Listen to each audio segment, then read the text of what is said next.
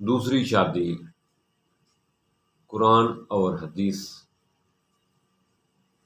کہاں لکھا ہے دوسری شادی کے بارے میں؟ عام دنیا کا فلسفہ کیا کہتا ہے؟ عورت کیا کہتی ہے؟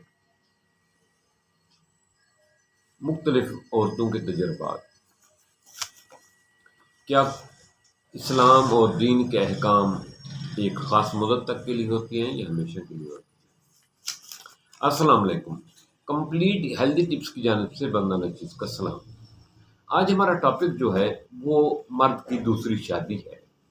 ایک شادی ایک عورت کے ہوتے ہوئے کیا مرد دوسری شادی کرے؟ اس سلسلے میں ایک دلچسپ واقعہ میرے سامنے گزرا ہے۔ ایک عورت نے کہا ہے کہ میرا شوہر بہت نیک تھا، اچھا تھا، ہم برسر روزگار تھا، ہمارے اچھا گزر بسر ہوتا تھا۔ تو ایک دن میرے شوہر نے، میرے ایک دو بچے بھی ہو گئے تھے، میرے شوہر نے مجھے کہا کہ ایک عورت ہے، بہت مجبور ہے، ہم اس کو گھر میں ایسے تو نہیں رکھ سکتے، میں چاہتا ہوں کہ اس کی کسی طریقے سے مدد کی جائے، ہمارے دور و نزدیک قبیلے کی ہے، تو اگر آپ اجازت دیں تو میں اس کے ساتھ نکاح کر کے اس کو پروٹیکشن دے دوں، اس کو تحفظ دے دوں، اور اس کو اپنے گھر میں روٹی دال پانی جو ہمارا چل رہا ہے وہ بھی کھاتی رہے گی، اللہ پاک اس میں راضی ہوگا، کیونکہ میں خواہش کے لیے نہیں کر رہا، میں اس عورت کے تحفظ کے لیے کر رہا ہوں، اس عورت کو ہیلپ کرنے کے لیے کر رہا ہوں، اس عورت کی پروٹیکشن کے لیے کر رہا ہوں۔ وہ عورت کہتی ہے میں نے اپنے شوہر سے لڑائی جھگڑا کیا، میں بہت غصے ہوئی، میں نے کہا کہ یہ کبھی نہیں ہو سکتا، اگر آپ نے ایسا کیا تو میں یہ کر لوں گی، وہ کر لوں گی، اپنے آپ کو ختم کر دوں گی، علیحدہ ہو جاؤں گی۔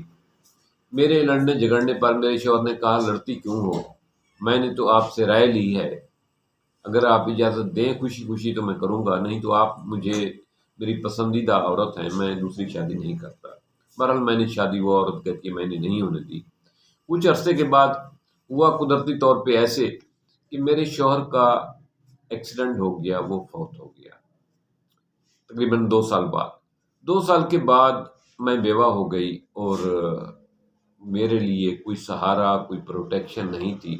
کچھ دیر تو میں نے اپنے آپ کو سنبھالا، اپنے بچوں کو سنبھالا، پھر میں نے یہی خیال سوچا میرے والدین نے کہ آپ کا دوسرا عقد ثانی کر دیتے ہیں تاکہ آپ کا کوئی سایہ ہو، آپ اکیلے ایسے زندگی کا بوجھ کیسے اٹھائیں گی، آپ جوان ہیں اور بچے چھوٹے ہیں، آپ کیسے اپنے آپ کو سروائیو کریں گی۔ تو میری جب دوسری شادی کا سوچنے لگے تو کوئی بھی میرے 2 بچوں کے ساتھ مجھے فرسٹ بیوی بنانے کے لیے تیار نہیں تھا، کوئی بھی شادی کرنے کے لیے میرے بچوں کو دیکھ کر میرے ساتھ تیار نہیں تھا۔ 1-2 آدمی نے حامی بھری، ایک رشتہ دار نے جس کی پہلے ایک بیوی تھی، اس نے کہا چلو میں کر لیتا ہوں نکاح، لیکن اس کی پہلی بیوی نے بہت شور مچایا، بہت جھگڑا کیا، بہت رولا ڈالا، جس کی وجہ سے اس کے ساتھ میری شادی نہ ہو سکی۔ تو پھر مجھے اپنی اس غلطی کا احساس ہوا جس میں میرا شوہر کسی غریب کو سہارا دینا چاہتا تھا، پروٹیکشن دینا چاہتا تھا، اور میں شور مچا رہی تھی۔ مجھے اس کے کیے کی سزا ملی اور میں کافی الجھنوں میں رہی۔ اب میرے بچے جوان ہوئے ہیں تو اب مجھے کوئی سکون نصیب ہوا ہے، کیونکہ ایک ایک بات کے لیے میں دوسروں کی محتاج ہوتی تھی، طرح طرح کے لوگوں کی باتیں سننی پڑتی تھیں، اور زندگی کی کشتی کو اکیلے سنبھالنا میرے لیے بہت تکلیف دے رہا ہے۔ اسی طرح ایک جرمن فلاسفر عورت نے جو جرمن میں پی ایچ ڈی کر رہی تھی فلسفی میں، اس نے لکھا ہے رسول پاک کے بارے میں کہ وہ بہت دانش، اعلیٰ پائے کے ذہانت اور فہم رکھنے والی ہستی تھی۔ اس نے اپنی امت کو، اپنے ماننے والوں کو ایک ایسا فلسفہ دیا جس کی پوری کائنات میں مثال نہیں ملتی، دوسری شادی کا، تیسری شادی کا، چوتھی شادی کا۔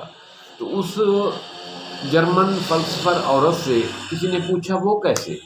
اس نے کہا کہ جنگ عظیم دوم میں ہمارے جرمن کے بہت سارے لوگ ہوئی، لاکھوں کی تعداد میں مرد قتل ہوئے اور لاکھوں کی تعداد میں عورتیں بیوہ ہوئیں، بے آسرا ہوئیں۔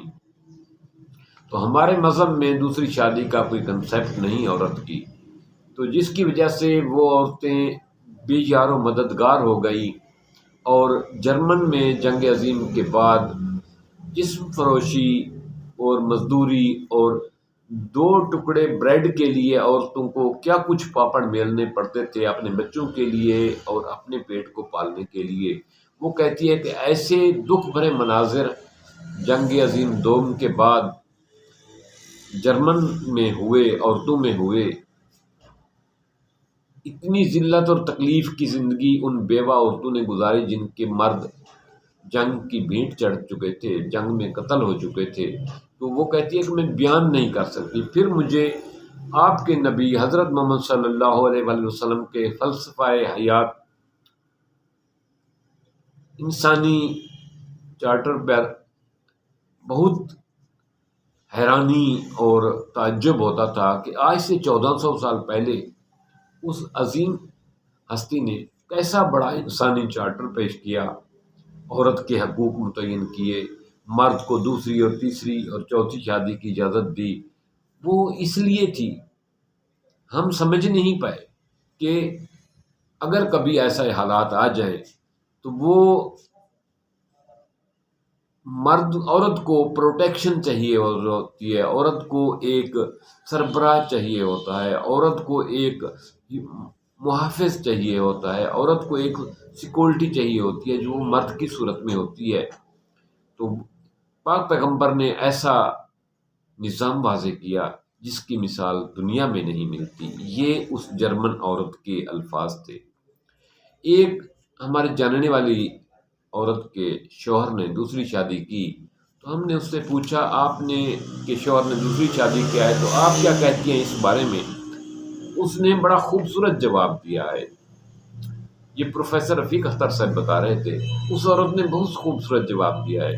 اس نے کہا ہے کہ وہ حق جو اللہ پاک نے قرآن مجید میں لکھ کر دے دیا میرے شوہر کو، میں اس حق کے خلاف کیسے بول سکتی ہوں، میں اس کے حق کے خلاف کیسے احتجاج کر سکتی ہوں۔ دوسری شادی کا حق اللہ پاک نے قرآن پاک میں لکھ کے دیا، پاک پیغمبر نے اعلان کر کے فرما دیا، یہ مرد کا حق ہے۔ جس حق کو اللہ نے دیا ہے اسے، اور پاک پیغمبر نے اس پہ اپنی تصدیق ثبت کی ہے، میں کون ہوتی ہوں اس حق کو اس سے چھیننے والی؟ اس نے اپنا حق لیا ہے، اپنا حق استعمال کیا ہے۔ تو میرا یہ تجزیہ ہے کہ اسلام، قرآن، دین اور ہر مذہب کے احکام کچھ ٹائم کے لیے نہیں، ابدی ہوتے ہیں، ہمیشہ کے لیے ہوتے ہیں۔ لہٰذا عورت کا اگر شوہر فوت ہو جائے، اس کا دوسرا نکاح کرنا یہ اس کا ابدی حق ہے، ہمیشہ کے لیے رہے گا۔ اسی کا مرد کا 1 کے بجائے 2، 2 کے بجائے 3 شادیاں 4 کرنا یہ اس کا ابدی حق ہے۔ اسلام نے دیا ہے، مذہب نے دیا ہے، قرآن نے دیا ہے، اللہ نے دیا ہے۔ لہٰذا اس میں روڑے نہ اٹکائیں۔ یہ اگر وہ کفالت کر سکتا ہے، اگر وہ 4 کو سانبھ سکتا ہے، اگر وہ 4 کی پروٹیکشن کر سکتا ہے، اور اگر وہ 4 کا خرچہ برداشت کر سکتا ہے تو اس کو یہ حق دیں۔ اس سے معاشرے میں برائی ختم ہوگی۔ ایسی عورتیں، لڑکیاں بیٹھی ہیں جن کے بال سفید ہو گئے ہیں، ایسی بچیاں بیٹھی ہیں جو غریب ہیں اور ان کا کرنے والا کچھ نہیں ہے، ایسی لڑکیاں بیٹھی ہیں جن کے والدین دوسری اپنی بیٹیوں کا بوجھ نہیں اٹھا سکتے، وہ اپنی مرنے سے پہلے اپنی ذمہ داری کو پورا کرنا چاہتے ہیں۔ تو خدا را یہ عورتوں سے میری اپیل ہے کہ وہ اپنے مرد کے وہ حقوق جو اللہ پاک نے ان کو دیے ہیں اس کے راستے دیوار نہ بنیں، اس بات پہ جھگڑا نہ کریں۔ یہ حق اگر عارضی طور پر ہوتا تو رسول پاک منع کر دیتے، قرآن پاک روک دیتا۔ جب قرآن پاک میں اللہ پاک نے کسی کو یہ حق دیا ہے تو آپ اس سے حق چھیننے والی کون ہوتی ہیں؟ اللہ پاک ہم سب کو ہدایت نصیب کرے، آمین۔